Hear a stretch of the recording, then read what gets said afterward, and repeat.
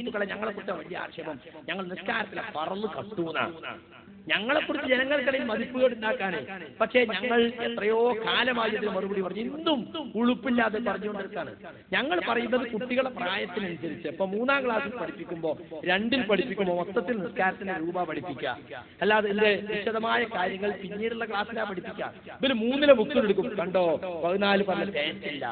5ലെത്തിയപ്പോ 14 പറഞ്ഞുണ്ടായി, 5ലാകുമ്പോ 5 5 10ആയി. കുട്ടിക്ക് നിസ്കരിക്കേണ്ട പ്രായമായി, നിസ്കാരം നിർബന്ധമായി. 7 വയസ്സിൽ നിസ്കരിക്കാൻ ഉപദേശിക്കണം എന്നാണ്. 10 വയസ്സാണ് നിസ്കരിക്കണമെങ്കിൽ അടിക്കണം. ഇനി അത് വലിയ ക്ലാസ് എടുത്ത് നോക്കിയാൽ അതിപ്പോ മദ്രസയിലുണ്ടാവോ? അഫ്ളലുലമൊക്കെ പഠിപ്പിക്കണമൊക്കെ മദ്രസയിൽ പഠിപ്പിക്കോ? അതിനുശേഷം PG ഡോക്ടറേറ്റ് ഒക്കെ എടുക്കുന്നുണ്ട് ഇസ്ലാമിക വിഷയങ്ങളിൽ. അതിപ്പോ അഫ്ളലുലമൊക്കെ പഠിപ്പിക്കോ? അതിന്റെ അർത്ഥം പെടത് കട്ടൂന. പ്രായത്തിനനുസരിച്ച് പഠിപ്പിക്കുക എന്നുള്ളതാ. നിങ്ങളെ മദ്രസയിലും അങ്ങനെയൊക്കെ സംഭവിച്ചിട്ടില്ലേ? ഞങ്ങൾ എത്രയോ തവണ ഇതൊക്കെ മറുപടി പറഞ്ഞാണ്. 1-2 ഉദാഹരണങ്ങൾ ഈ ഫർളിന്റെ കാര്യം മാത്രം ഞാൻ നിങ്ങൾക്ക് പറഞ്ഞുതരാം.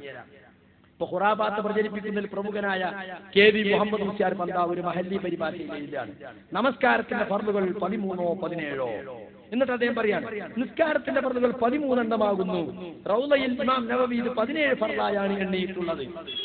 കണ്ടോ? അപ്പൊ 13 ഉണ്ട്, 17 ഉണ്ട്. പേജ് 334. അതേസമയം ഖാളി അബൂ ശുജാഇന്റെ മത്ലറായത്തിലോ നിങ്ങൾ അഫ്ളലുമൊക്കെ പഠിപ്പിക്കുന്നതിന് വാർക്കാനു സ്വലാത്ത് 18 റുക്നൻ 18. അതേസമയം ഫർള് കിതാബിലെ കിതാബ് ശുറൂത്ത് സ്വലാത്തിലോ ഫർളുകൾ 19ആണ്. അൽ മുഅല്ലിം മാസികയിൽ വന്ന ഒരു ചോദ്യോത്തരം മാത്രം ഞാൻ ഇവിടെ കേൾപ്പിക്കാം. 91 ജൂൺ മാസത്തിൽ വന്നതാണ്. എന്താ? ടി മുഹമ്മദ് മുസ്യാർ കരിങ്ങനാട് ചോദിക്കാണ്, സമസ്തയുടെ ഗ്രന്ഥങ്ങളിൽ ഹജ്ജിന്റെ ഫർളുകൾ വിവിധ തരത്തിൽ എഴുതി കാണുന്നു. 5ാം ക്ലാസ്സിൽ 5, 4ാം ക്ലാസ്സിൽ 6, ഫത്ഹുൽ മുഈനിൽ 6. ഇതൊന്ന് ഏകോപിപ്പിച്ചുകൂടെ? ഉത്തരം, സമസ്തയുടെ പുസ്തകങ്ങളിലുള്ളത് ഏകോപിപ്പിക്കാം, അത് നല്ലതാണെന്നാണ് മുഅല്ലിമിന്റെയും അഭിപ്രായം. കൂടിയാലോചിച്ച് ദീനുണ്ടാക്കുന്ന കൂട്ടരാണല്ലോ. അത് ടെക്സ്റ്റ് ബുക്ക് കമ്മിറ്റിയുടെ ശ്രദ്ധയിൽപ്പെടുത്താം ഇൻഷാ അല്ലാഹ്. എന്നാൽ ഫിഖ് ഗ്രന്ഥങ്ങളിലും വ്യത്യസ്ത രൂപത്തിലാണ് ഫർളുകൾ എണ്ണിയിട്ടുള്ളത്. എഴുതി വെച്ചോ ഖുറാഫി. ചിലർ തർത്തീബിനെ ഫർളുകളിൽ എണ്ണിയിട്ടുണ്ട്, അപ്പോൾ ഫർളുകൾ 6 ആകും. ചിലർ അതിനെ ശർത്തിലാണ് എണ്ണിയിട്ടുള്ളത്, അപ്പോൾ ഫർളുകൾ 5 ആകും. ചിലർ അതിനെ ശർത്തിലും ഹൽഖ തഖ്സീറിനെ വാജിബാത്തിലുമാണ് എണ്ണിയിട്ടുള്ളത്, അപ്പോൾ ഫർളുകൾ 4 ആകും. 4ന്റെ 5ന്റെ 6ന്റെ ഒക്കത്തിന് ന്യായമുണ്ട്. ഇപ്പൊ 4ന്റെ കിതാബ് എടുത്തിട്ട് പറയാം, കണ്ടോ 2 കട്ടു, അങ്ങനെ പറയോ? അതാണ് ഞങ്ങളെ കുറിച്ച് പറഞ്ഞത്.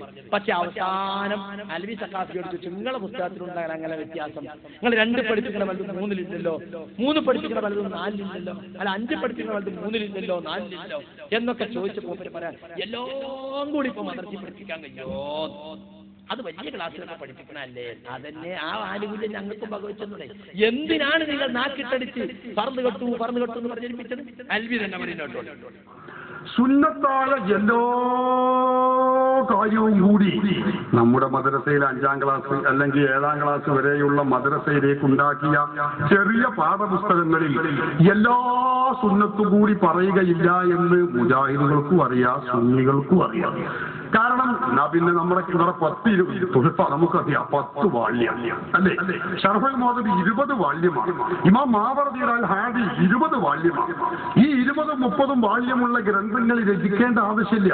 എല്ലാ നിയമങ്ങളും കൂടി മദ്രസയിലെ ചെറിയ പുസ്തകത്തിൽ ഉൾക്കൊണ്ടിട്ടുണ്ടെങ്കിൽ അതിന്റെ ആവശ്യമില്ല. അപ്പൊ എല്ലാ ഇസ്ലാമിലെ എല്ലാ നിയമവും കൂടി മദ്രസയിലെ പാഠപുസ്തകത്തിൽ ഉൾക്കൊള്ളിക്കാൻ കഴിയില്ല. അത് സുന്നികളുടെ പാഠപുസ്തകത്തിലും കഴിയില്ല, മുജാഹിദുകളുടെ പാഠപുസ്തകത്തിലും കഴിയില്ല എന്ന് ഉറപ്പാണല്ലോ. മദ്രസ പാഠപുസ്തകത്തിൽ ഒരു വിഷയം ഇല്ല എന്നതുകൊണ്ട് ആ കാര്യം ഇസ്ലാമിൽ അങ്ങനെ ഒരു നിയമമില്ല എന്ന് വരികയില്ല. ഇത് ഏത് മനഃശാസ്ത്രമുള്ള അറിയുന്ന ആർക്കും അറിയാവുന്ന കാര്യമാണ്. ചെറിയ മദ്രസയിലെ കുട്ടികൾക്ക് നൽകുന്ന വിവരങ്ങൾ അവരുടെ ബുദ്ധിക്കും വിവേകത്തിനും അനുസരിച്ചാണ്. അപ്പോ അത് എല്ലാ ഇസ്ലാമിലുള്ള സ്ഥിരപ്പെട്ട സുന്നത്തുകൾ മുഴുവനും കൂടി മദ്രസയിലെ പാഠപുസ്തകങ്ങളിൽ പഠിപ്പിക്കൂല. അങ്ങനെയാണെങ്കിൽ പിന്നെ പള്ളി ദർസിന്റെ ആവശ്യമില്ലല്ലോ, മുജാഹിദുകൾക്ക് തന്നെ അറബി കോളേജിന്റെ ആവശ്യമില്ലല്ലോ. അതൊക്കെ മദ്രസയിൽ തന്നെ പഠിപ്പിക്കുന്നുണ്ടെങ്കിൽ പിന്നെ പള്ളി ദർസ് 10 കൊല്ലം ഓതേണ്ടതില്ല. ഉപരിപഠനം, അതിന്റെ അപ്പുറത്തുള്ള തഖസ്സുസ്, ഇതിന്റെ ഒന്നും ആവശ്യം ഉണ്ടാവൂല.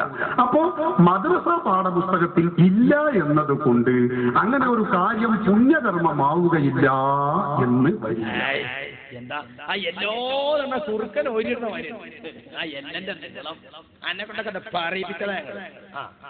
ഇതല്ലേ ഇതിന്റെ പേരിൽ ഞങ്ങൾ പറഞ്ഞു കെട്ടുകൊണ്ട് എത്ര നാടായ നാടുകള് ശബ്ദമലിനീകരണം നടത്തി. ഇപ്പൊ നിങ്ങൾ പറഞ്ഞില്ലേ അതന്നെ ഞങ്ങൾ പറഞ്ഞിട്ടുള്ളൂ. ഞങ്ങൾ കട്ടതും വിട്ടതും ഒന്നുമല്ല. അതൊക്കെ സാധാരണക്കാരെ തെറ്റിദ്ധരിപ്പികളെ പറഞ്ഞു പരത്തിയ പുരാതികളാണ്.